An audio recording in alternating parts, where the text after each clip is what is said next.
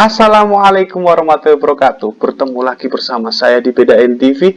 Kali ini kita akan membahas materi kelas 7 yaitu menghitung persen ya. Menghitung persen ini sebenarnya udah ada waktu kalian duduk di bangku kelas 5 atau kelas 6 SD ya. Tapi kita perlu ingetin lagi di kelas 7 ini supaya kalian tuh ingat kembali dengan konsep bilangan persen ya. Oke, kita langsung lanjut aja ke materinya ya supaya ingat kuota. Jadi kita kenalan dulu sama persen. Nah, persen ini artinya adalah per 100 ya, per 100. Maksudnya gimana? Kita kasih contoh ya. Coba kalian lihat di sini. Contohnya adalah misalnya ada kalimat 20%. Nah, ini tuh simbolnya persen ini ya, guys ya. Kalau kalian lupa simbolnya persen tuh ini. Misalnya ada sebuah kalimat matematika 20%, maka itu artinya adalah 20 per 100. Nah, fungsinya itu untuk apa sih? Fungsinya dari persen itu adalah menyatakan bagian dari suatu objek ya. Sama seperti pecahan, karena persen itu memang pecahan. Nah, tapi penyebutnya 100 ya. Tapi penyebutnya 100. Pecahan, tapi penyebutnya 100. Oke, kita langsung lanjut lagi ke materi berikutnya. Nah, misalnya ya, dulu waktu kita dalam materi pecahan ada gambar seperti ini, maka kalian udah tahu kalau bagian, misalnya ini roti ya, kita bagi menjadi 4 bagian, kemudian dimakan 1 bagian, maka yang dimakan itu adalah 1/4. Benar? Kita nyatakan dengan pecahan 1/4. Nah, kalau misalnya kita mau menyatakan ke dalam bentuk persen, maka pecahan itu harus diubah supaya penyebutnya menjadi 100. Caranya gimana? Kita kalikan dengan suatu bilangan supaya penyebutnya 100 ya. Jadi di sini kita kalikan dengan 25 ya. Karena 4 kali 25 itu sama dengan 100. Tapi ingat, pecahan itu punya sifat iri dengki ya. Jadi kalau di bawah dikali 25, di atas juga harus dikali 25 ya. Jadi kalau 4-nya dikalikan 25, satunya juga harus dikali 25 ya. Sehingga nanti hasilnya menjadi 25 kali 1 sama dengan 25, 4 kali 25 sama dengan 100. Nah, 25 per 100 inilah yang disebut sebagai 25%. Artinya 25 per 100. Oke, bisa dimengerti kan? Ini gampang banget. Dan ini adalah cara merubah pecahan ke bentuk persen ya. Caranya penyebutnya kita ubah menjadi 100. Oke, kita lanjut lagi ke materi berikutnya. Materi selanjutnya adalah merubah persen ke bentuk pecahan ya. Merubah persen ke bentuk pecahan. Ya, misalnya kita punya 20%. Maka cara merubah ke bentuk pecahan adalah 20%-nya kita ubah dulu menjadi 20 per 100 ya, karena artinya 20% itu adalah 20 per 100 ya guys ya. Kemudian kita sederhanakan pecahan 20 per 100 ini dengan cara membaginya dengan FPB ya. FPB. Jadi 100 dan 20 itu FPB-nya 20, maka kita bagi 20. Sehingga nanti kalau 100 dibagi 20 kan 5 ya guys ya.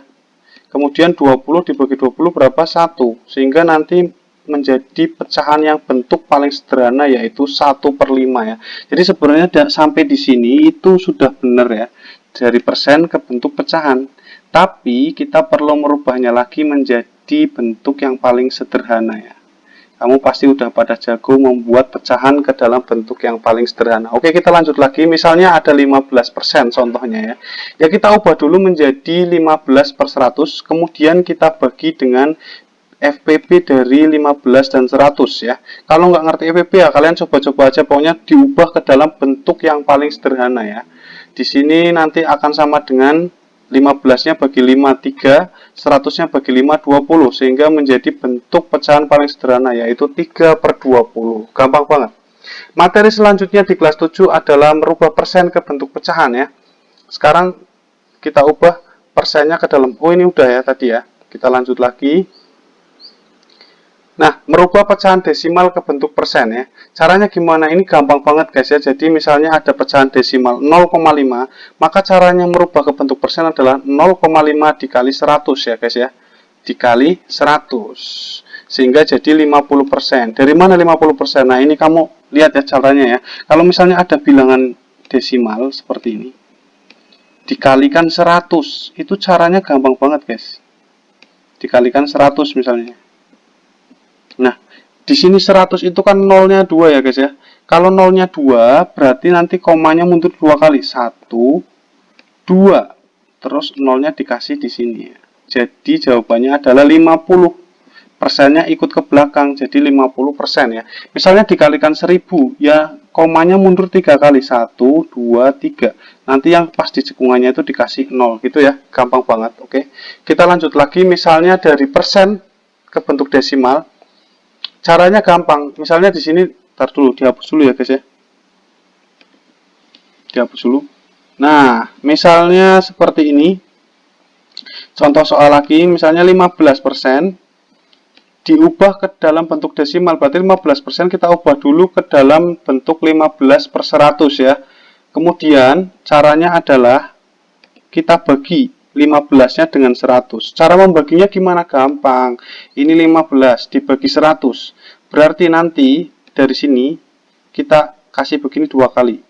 Karena 100 nolnya 2 ya guys ya. Nolnya 2 berarti dari sini 1, 2, terus kita kasih koma di sini, depannya dikasih 0. Udah gitu aja. Langsung ketemu 0,15 ya. Itu cara membagi bilangan bulat dengan bilangan yang per 10-an, per 1000-an atau per 100-an. Kalau misalnya dibagi 1000 gimana ya? Ininya 3 kali, 1, 2, 3 ya. Nanti yang ini saya kasih contoh sekalian ya. 15 dibagi 1000 ya. Jadi dari sini 3 kali karena nolnya 3, 1, 2, 3. Kasih 0 di cekungan, kasih koma di depannya, kasih 0 lagi. Udah selesai. Oke, kita lanjut lagi. Nah, di dalam persoalan-persoalan tentang persen ini terkadang kita jumpai soal-soal yang sulit ya. Ini contoh soal-soal yang sering keluar waktu ulangan ya guys ya. Ada sebuah gelas yang isinya 300 ml air, lalu ditambahkan lagi dengan 30 ml air. Berapa total persen kenaikan volume? Nah, yang ditanyakan adalah total persen kenaikan volume. Maka caranya adalah kita tulis begini ya. 30 dari mana? 30. Nambahnya 30. 300 dari mana? Dari air, volume air awalnya ya. Jadi kita bikin pecahan 30 per 100, kemudian kita kalikan 100%. Kemudian hasilnya adalah kita sederhanakan dulu ini. Perhatikan. Dibagi 30. Yang bawah juga dibagi 30 ya, sehingga yang atas jadi 1, yang bawah jadi 10. Kemudian kita kalikan 100%, maka jawabannya adalah 10%. Dari mana 10%? Karena kita coret begini ya guys. Nah, 1 per 1 kali 10 berarti 10%. Oke, jawabannya udah ketemu. Ini cara ribetnya. Cara gampangnya adalah kita dari awal sini kita coret dulu. Set, nolnya kita coret dengan 100, kemudian sisa 30 dibagi 3 berapa guys? 30 dibagi 3 berapa? 10 dikalikan 1 ya guys. Nolnya udah dicoret, berarti jawabannya adalah 10%. Ini lebih gampang guys kalau pakai cara ini, tapi nggak boleh sebenarnya ya. Oke, kita lanjut lagi ke soal nomor 2. Sebuah baju berharga 50.000 ya. Lalu baju itu ada diskon 10%. Berapakah baju setelah mendapatkan diskon? Nah, ini perlu diperhatikan ya guys ya. Jadi pada soal seperti ini itu sering banyak yang salah ya. Kalau misalnya ditanyakan diskon, itu artinya potongan harganya berapa gitu loh. Potongannya berapa ya. Kalau misalnya yang ditanyakan potongan harga, berarti caranya 50 kali 10% guys. 50 kali 10 per 100. Nah, seperti ini ya. Berarti tinggal coret dulu nolnya 1. Oke. Kemudian 0 di sini coret juga dengan sini. Nah, 5000 kali 1 sama dengan 5000 ya. Ini kalau ditanyakan potongan harganya. Tapi yang di sini itu yang ditanyakan adalah harga baju setelah diskon. Berarti kalau ditanyakan harga baju setelah diskon, itu artinya harganya kita kurangi dengan diskonnya ya, dengan potongan harganya. Berarti jawabannya adalah 45.000. Kebanyakan siswa-siswa itu hanya sampai sini ya guys ya. Padahal yang ditanyakan itu harga baju setelah diskon. Makanya kamu kalau membaca soal harus teliti ya. Oke, kita ulangi lagi. Kalau mau belum jelas, kita lanjut ke soal berikutnya ya. Soal berikutnya adalah misalnya tabungan Andi di bank adalah 50.000. Andi mendapatkan bunga tabungan sebesar 10% setiap bulan. Berapakah uang Andi pada bulan kedua? Nah, ini kalau ditanyakan bunganya itu gampang guys. Bunga itu penambahan uang ya pada tabungan. Cara mendapatkan bunganya itu gampang ya. Tinggal dikalikan 50.000 kali 10% ya. Caranya seperti tadi 50.000 kali 10 per 100. Nah, saya ulangi ya caranya ya. Kita coret nolnya ini, 2 dengan ini. Boleh seperti ini. Kemudian 500 dikalikan 10. Berarti jawabannya adalah 5.000 ya. 500 kali 10 tinggal tambah 01 jadi 5.000. Ini kalau ditanyakan bunga. Berapa besar bunganya ya. Padahal di sini yang ditanyakan adalah berapakah uang Andi pada bulan kedua. Nah, kalau ditanyakan berapakah uang Andi setelah mendapatkan bunga, itu artinya jawabannya adalah 50.000 ditambah bunganya 5.000 ya. Jadi 55.000. Kalau bunga itu nambah ya uangnya ya. Kalau tabungan jadi nambah, kalau utang juga utangnya jadi nambah ya. Jadi kalau bunga nambah, kalau diskon itu potongan. Oke, sampai di sini dulu pertemuan kita hari ini. Assalamualaikum warahmatullahi wabarakatuh.